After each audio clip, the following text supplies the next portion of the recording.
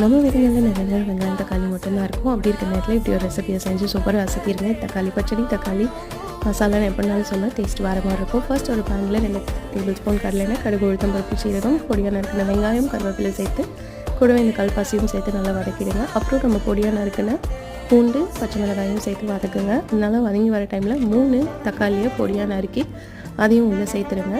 So தக்காளி நல்லா வதங்கிட்டு இருக்கும்போது அதில் நம்ம மஞ்சள் தூள், குழம்பு மிளகாய் தூள் சேர்க்க போகிறோம், உப்பு தேவையான அளவுக்கு இது எல்லாத்தையும் சேர்த்து நல்லா ஃப்ரை பண்ணிவிடுங்க. ஸோ அது ஃப்ரை ஆகும்போது நம்ம இதில் மீட்டும் போட்டுடுறோம்.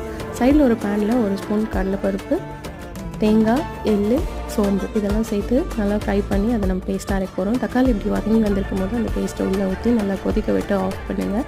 கொஞ்சம் கொத்தமல்லி தண்ணியும் தூவிட்டு அவ்வளோதான் ரெடி. ஸோ சூடான சாதத்தில் 2 டேபிள் ஸ்பூன் போட்டு நெய் விட்டு கூட தொட்டைக்கிறதுக்கு வத்தல் இந்த மாதிரி வச்சு சாப்பிட்டிங்கன்னா அட்டகாசமாக இருக்கும். இது இட்லி தோசைக்கும் ரொம்பவே சூப்பராக இருக்கும். ட்ரை பண்ணி பாருங்கள்.